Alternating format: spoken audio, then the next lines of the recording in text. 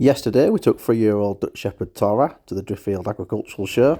It's a super busy farm show, lots and lots of people, lots of animals, dogs, distractions, food, noises, you name it. I like to warm up a dog before taking them into a really busy environment with some obedience and engagement, which is what I did here, just in the car park, just starting to warm her up and trying to switch on to me. You can see she's checking back on the family.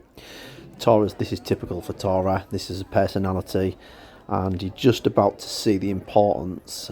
There they go, this dog comes in. Okay, not the best socialised dog coming in like that, but she's not breaking. Her engagement was back on me very quickly. I'm not surprised she obviously looked, because the dog literally stuck its face in her face. Just start to do a few tricks with her. Okay, one of the big differences between, say, Torah and Roxy is she's super focused on family. You can see her consistently looking back, checking on family. Roxy's very handler focused. Torah is too, when it's just myself or a handler, but when we're with the family, she knows a job, and getting her to do tricks and things like that, it's almost to a distraction to her. You could just see there she wasn't bothered by the horses. We've put the work in to create a neutral dog, and this is the importance of a protection dog. I mean, at the end of the day, do you really want a dog that's running around being aggressive, barking its head off in an environment like this? If you've got a protection dog, this is a typical place. I take my own family, I want my dogs to be able to walk around calm. I also want them to be able to kind of switch off to a certain extent. You have a dog like Roxy, who's very different to Torah. In this kind of environment, she wants to relentlessly work and be told what to do. She's very focused on handler. Torah's very focused on family, and she knows her job. So, as I said, this is somewhat of a distraction, but she does well. She still listens and she's still obedient, but she doesn't do it with the same enthusiasm, because she wants to constantly look and turn around, checking on the location of the family. So here we've got talking to Jack and his family, and I see Torah is a dog that has no problem whatsoever biting bad guys. She's not equipment focused. She'll quite happily turn on aggression on command, but you can see here happily taking fuss off people. Not a problem at all for Torah. She's got a really good off switch. She's really good. She's a really social dog, because we put the time into the neutrality, and it's super important to do this, working on your dog just being calm in this kind of environment. And I encourage you to take your dog to as many environments like this when they're young. If they're not young and they're already older, then it's a case of building up slowly. Come to an event like this, start on the outside, on the periphery, work your way into the busy areas. We're just doing some more obedience here with Torah, just on the edge, just for a bit of fun, just doing some downs and some walking downs and some stands and things like that. A couple of spins.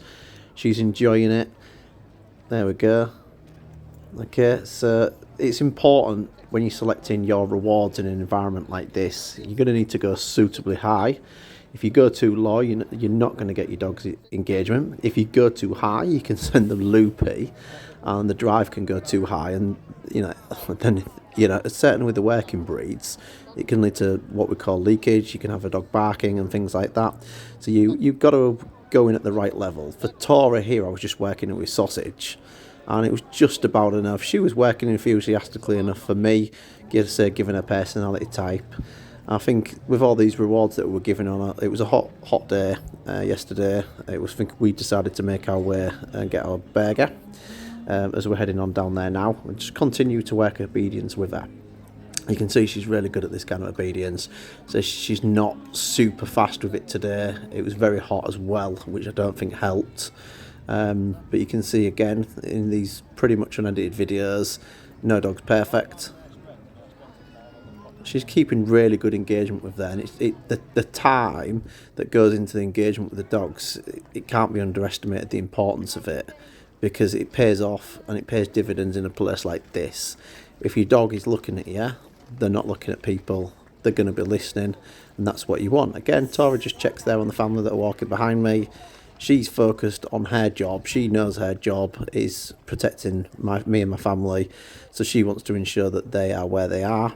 But she's still listening, she's still being obedient, and it's time for us now to get ourselves a burger. Rose Cottage, absolutely fantastic burger in Driffield. Now got one in Beverley. There we go, a couple of tricks with her. Good girl, isn't she?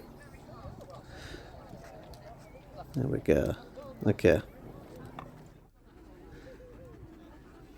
And you can see she's just sat calm while we're eating. Again, she's just got that off switch. She's going to be chilled. And this is what we want to see in a protection dog. We need the calm periods. We need them to work when they need to work, but we need them to be calm. She's walking past children here. Again, she's super neutral to all of these kind of distractions. We put the time in, and it's super important with your dog you do the same. Moving along there. Okay. So I just wanted to do a few tricks with her at this point. It's quite difficult on the lead as well to do it. Torah does do a few tricks. She's very much a dog that's been trained sort of belt and braces, working dog, doing KNPV training. We've done a few tricks with her and we've made sure she's super social. But what we've not done is lots and lots of the fancy tricks. But she's got a couple in a locker look. We've got a nice little dancing around there. She likes doing that. She loves it. I'm obviously not the best dancer in the world. She's a better dancer than me. But I give it a go. And she's doing some nice spins there. With your luring, it's again, your food choice is going to be important. If you go too high, which at this point it was probably too high for her, is that because I had a bit of ice cream in my hand, is that it was so high she was following the hand too much and she was kind of losing track of what I wanted to do at periods. So again, what I should have done at this point is kind of like go down. I've managed to get the rest of the ice cream off someone else there at this point, and again here you can see she's following around like mad. I think it was a raspberry ripple or something like that. And I'd worked out it was easy to do it without the cone. It was easy to get it between my legs. So again, with your luring, you've got to think, you've got to be turning your dogs for things like weaving through your legs. You need to be luring them around the back, through round the other leg and back again. So it is a two-handed manoeuvre.